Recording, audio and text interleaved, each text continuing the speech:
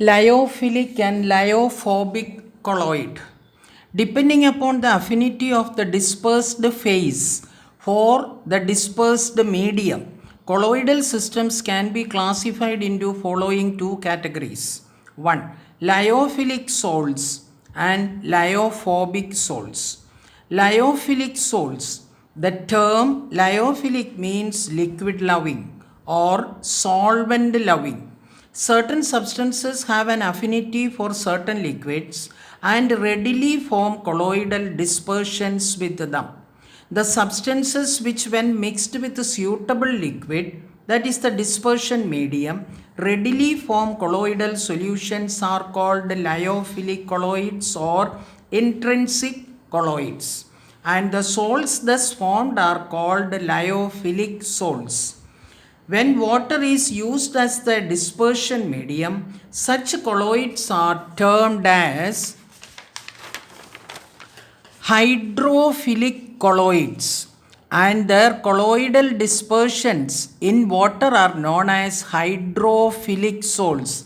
Define the following. What is meant by hydrophilic colloids, or what is meant by hydrophilic salts? Lyophilic salts are stable and do not get precipitated easily. These are the characteristics.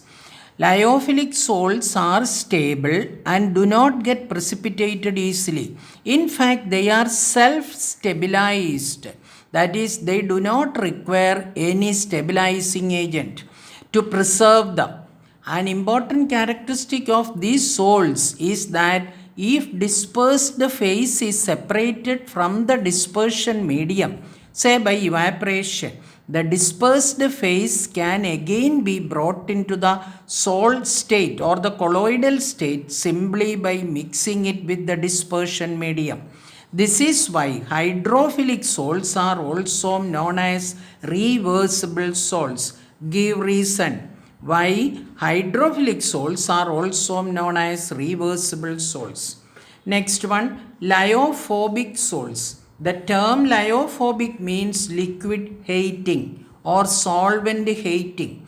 The substances which do not possess much affinity for the dispersion medium and do not readily pass into the salt state when mixed with the medium are called lyophobic salts. Salts of metals, that is gold salt, platinum salt, are examples of this. Lyophobic salts are relatively less stable, fill in the blank question, as compared to the lyophilic salts. They are easily precipitated on addition of small amount of electrolytes or by heating or by agitation. Moreover, the precipitated dispersed phase cannot be brought back into the salt state by simply mixing it with the dispersion medium.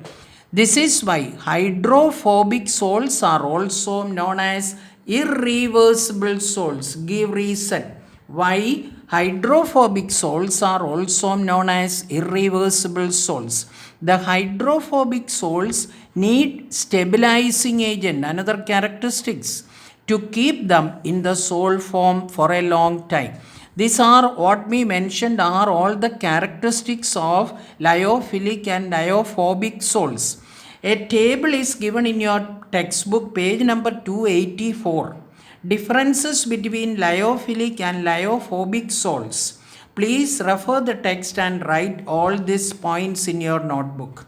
Fill in the blank question, match the following question, and distinguish between are all very easily can be studied from this table.